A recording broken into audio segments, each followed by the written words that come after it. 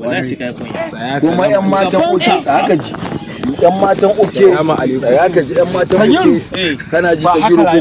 ya gaji yan matan oke da zaran kai ba kai ma yana magana banza to kai ba kowa ba waye bane kai daga ko ba yan matan oke ne ba ban hoce yan matan oke ba to yan matan yana ni ne wa ga yariyar nace ni dai ina kyautata mata da ni cewa ne amma ba oke ta yadda ba in dai budurwa ce to ai wallahi sagiru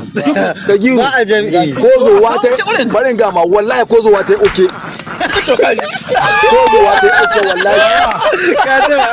baba kiwa ya ce ko zo a tai baba ai baba kama shi kana ji ya shi baba ko zo a tai ko zo wata yi to baba tun da karatun da wani ya koya shi za a karanta mata abokin da iska ne baba musamman ma mace kwarai ka dinga kyautata mu mutum da su a ni ba kyauta mu mutane ni ban kyauta mai matan uke na gani wallahi na ga guda da kai la mu magana la mu wallahi ko salamu alaikum wa alaikum assalamu tambayar nake son yanzu kai baba kana son a kyautata ma zai ka ce mai ya na zo da ba ya zo ne ba ya zo gaskiya kai ba kai da salamu alaikum salamu alaikum sagiru ko ba magana ba salamu alaikum wani to salamu alaikum baba ku da dumi magana saboda Allah mu ajira to ai ban ga ba ra'ayi bane kana ji ba na gani gaskiya ce wallahi gaskiya ka so aboyi ni ina son dai ai adalci gaskiya ka so aboyi wallahi ai adalci gaskiya ya ne adalci ne ba ce wanda aka yana to shi har na gama kana ji ba salamu alaikum ina ji yanzu ba uki haka zuwa ba ina zuwa oke yanzu don Allah don annabi akwai lokacin da mutanen cikin garin ga kamin su san mi azina da kamin su fara zinari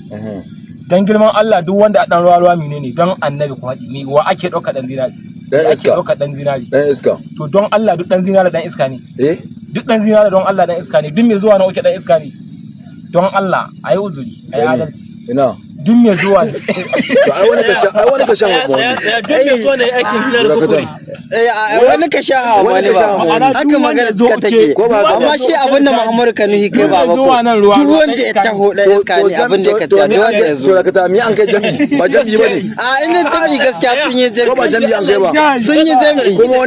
kuma wani ka sha ma wani haka ne ko ba haka ba